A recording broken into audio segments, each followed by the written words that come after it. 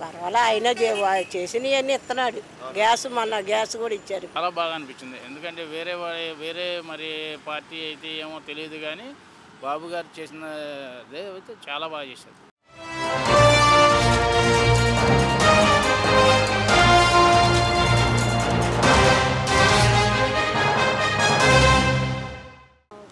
అమ్మగారు మీ పేరేంటమ్మా? భారతి. ఓకే, ఎక్కడ ఈ ప్రాంతం పేరేంటి? ఇదా పాయకపురం కంటి. అదే విధంగా పాయకపురం అంటే చాలా ఇబ్బందిగా ఉండేది ఇదివరకు. డ్రైనేజీలు కానీ రోడ్లు కానీ చాలా గుంటలు గుండుకోండి. ఇప్పుడు ఎలా ఉన్నాయమ్మా? సౌకర్యాలు ఎలా ఉన్నాయి? బాగానే ఉన్నాయి. పింఛన్ అనేది 4000 చేస్తున్నారు కదమ్మా, చేశారా? చేశారు. చంద్రబాబు నాయుడు గారు చెప్పిన మాటలు నిలబడ్డారా? అంటే పెద్దవాళ్ళకి 4000 చేయడం వల్ల మీలాంటి వాళ్ళకి ఉపాధి కలిగిద్దానని అంటారు కదా. ఇప్పుడు 3000 2000 ఏం సరిపోతాయి, 4000 చేయాలి పెద్దవాళ్ళకి అనే ఆలోచనతో ఆయన అన్నారు. నిజంగా 4000 అందుతున్నాయి మీకు? ఇచ్చారు, ఎక్కిన రోజే ఇచ్చారు. అదేవిధంగా 4000 పింఛన్ అనేది ఒకప్పుడు వాలంటీర్లు ఉన్నారు కాబట్టి వచ్చి ఇచ్చేవారు. ఇప్పుడు వాలంటీర్లు లేరు. మరి ఈ గవర్నమెంట్ ఉన్న సచివాలయాలు కానీ సెక్రటరీలు కానీ డైరెక్ట్ మీ దగ్గరికి వచ్చేస్తున్నారా? మా ఇంటికే వచ్చేస్తున్నారు.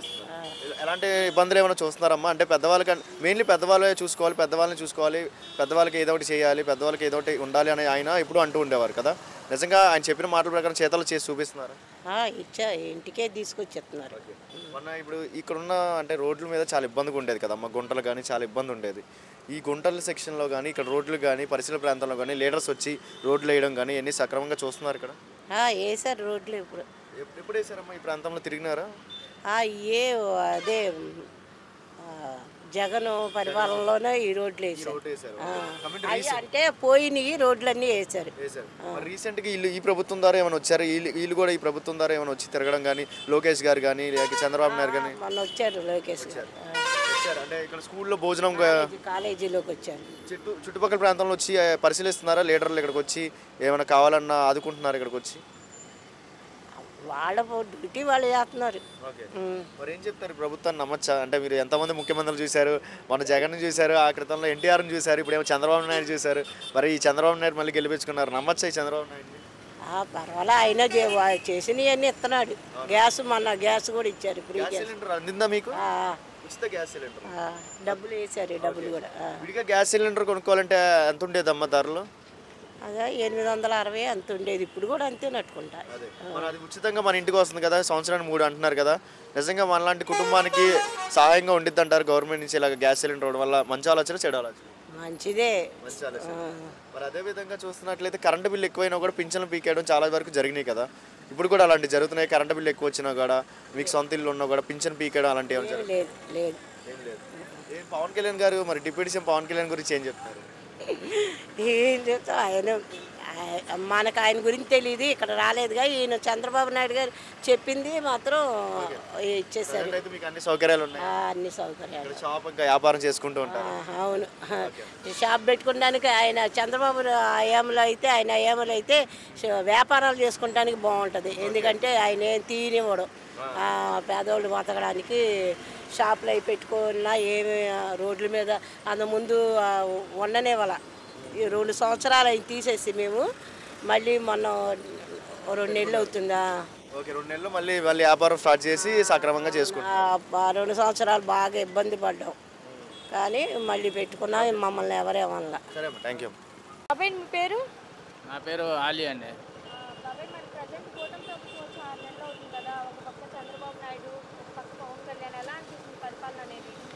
పరిపాలన అయితే బాగానే ఉంది ఇప్పుడు ప్రస్తుతానికి అయితే.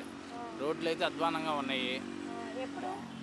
అంతకుముందు ఎలక్షన్కి ముందు అధ్వానంగా ఉన్నాయి రోడ్లు. తర్వాత మొన్న ఫ్లడ్ వచ్చిన తర్వాత బాబు గారు ఇక్కడే ఒక వారం రోజులు ఇక్కడే ఉండి అన్నీ చక్కదిద్దిన వరకు మళ్ళీ వెళ్ళిపోయారు.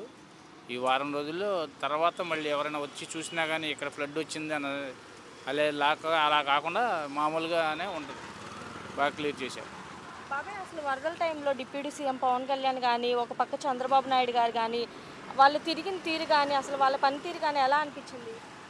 చాలా బాగా అనిపించింది. ఎందుకంటే వేరే మరి పార్టీ అయితే ఏమో తెలియదు కానీ బాబు గారు చేసినదే అయితే చాలా బాగా చేశారు. ఉదయం 6-7 గంటల కాడ నుంచి రాత్రి 8 గంటల వరకు ఇక్కడ ఈ ఏరియాలోనే ఎక్కువ తిరిగారు. కానీ అపోజిషన్ వాళ్ళు అసలు వరదల టైంలో చంద్రబాబు నాయుడు ఎక్కడా తిరగలేదు, పట్టించుకోలేదు అని అన్నారు కదా. రమ్మనండి, చూపిస్తాం. మీడియా మా దగ్గర కూడా ఫోటోలు ఉన్నాయి. మా దగ్గర కూడా ఉన్నాయి ఫోటోలు. అలాగే అంటారు. అయితే వచ్చారు వరదల టైంలో బాగా తిరిగారు, వచ్చారు. ఇక్కడ దిగారు, ఇక్కడ నుంచేమో ట్రాక్టర్లో వెళ్ళారు, నీళ్ళల్లో దిగారు. ఎమ్మెల్యే గారి కంటే ఇక ఆయనే ఎక్కువ దిగారు, ఎక్కువసేపు ఇక్కడే ఉన్నారు. ఎమ్మెల్యే గారు ఉమా గారి కంటే ఎక్కువ చంద్రబాబు గారు. ఈ ఏరియాలో ఇది పాయకాపురం కదా, అవును. ఈ ఏరియాలో ఇంతకు ముందు రోడ్లు ఎలా ఉండే బాబాయ్? బాగాలేదు, గుంటలు ఉండేవి. ఇప్పుడు ఈయన వచ్చిన తర్వాత ఫ్లడ్ వెళ్ళిపోయిన తర్వాత 10 రోజుల్లో మొత్తం మళ్ళీ రోడ్లని చిన్న చిత్తగా ఏమైనా ఉన్నాయి ప్యాచ్ వర్క్లు చేయించారు. ప్రస్తుతానికైతే బాగానే ఉంది. ఇప్పుడు ఎలా అనిపిస్తుంది మరి 6 నెలల పరిపాలన అనేది? చాలా బాగుంది పరిపాలన. బాబు ఇప్పుడు అదేవిధంగా మనకి లోకేష్ గారు వచ్చారు కదా మొన్న, కాలేజీలో భోజనాలు కాలేజ్ స్టూడెంట్స్కి పెట్టాలని చెప్పి, ఎలా అనిపిస్తుంది? అంటే ఇంట్లో ఆడవాళ్ళు 11వ తరగతి 12వ తరగతి చదువుకున్న వాళ్ళకి భోజనం కూడా కొత్తగా పెట్టారు ఈ ప్రాంతంలోనే, మెయిన్ ఇక్కడే ఓపెన్ చేశారు. దీని మీద మీ అభిప్రాయం ఏంటి?